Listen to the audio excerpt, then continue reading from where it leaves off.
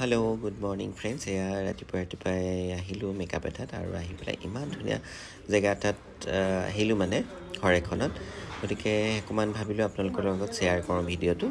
দেখিছেনে ইমান ধুনীয়াকৈ ফুলখিনি ৰাখিছে ওপৰত মানে, আৰু বিৰাট ধুনীয়া ক্লিন কৰি ৰাখিছে আৰু বাগানভেলিয়া ফুলিছে ধুনীয়াকৈ, দেখি ভাল লাগিছে মানে। সেইকাৰণে ভাবিলোঁ ভিডিঅ'টোত মই অকণমান লওঁ আৰু ফুলখিনি, যিহেতু ফুল বেছি ভাল পাওঁ। ইমান ধুনীয়াকৈ ফুলিছে ওপৰৰ চাদখনত মানে, আৰু ৰাখিছে খুব ধুনীয়াকৈ বগা বগা টাবখিনি। আৰু এয়া দেখিছেনে, আৰু গোটেই সেই মাজত সেয়া অৰ্কিড ৰাখিছে বিৰাট ধুনীয়াকৈ। গতিকে মানে পৰিৱেশটো ইমান ভাল লগা হৈ আছে, ৰাতিপুৱাই মানে দেখি মনটো ভাল লাগি গ'ল মানে। গতিকে ভিডিঅ'টো কৰিছোঁ ফুলখিনি দেখাবৰ কাৰণেই। কেনেকুৱা লাগিছে যিহেতু আপোনালোকেও চাগে ফুল ভাল পায়, ফুল ভাল পাবই, গতিকে সেইকাৰণে ভিডিঅ'টো কৰিছোঁ। ইমান ধুনীয়াকৈ ফুলিছে বাগানভেলিয়া ফুলখিনি, গতিকে দেখিছেনে।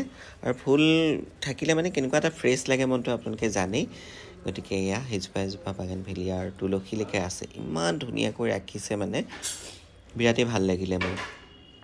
গতিকে ভিডিঅ'টো আপোনালোকলৈ আগবঢ়াইছোঁ। ঘৰবোৰত মানে ফুল থাকিলে এটা বেলেগ পৰিৱেশ হয়।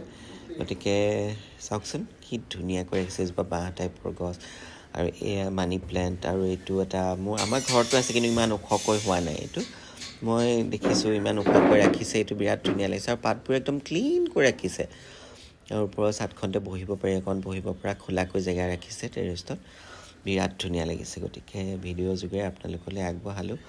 আৰু কেনেকুৱা পালে পৰিৱেশটো জনাবচোন দেই, বিৰাট ধুনীয়া পৰিৱেশ এটা। গতিকে পৰিৱেশটো কেনেকুৱা লাগিছে আপোনালোকে অকণমান কমেণ্টছ কৰি জনাব, আৰু ফুল কোনে কোনে ভাল পায় সেইটোও জনাব।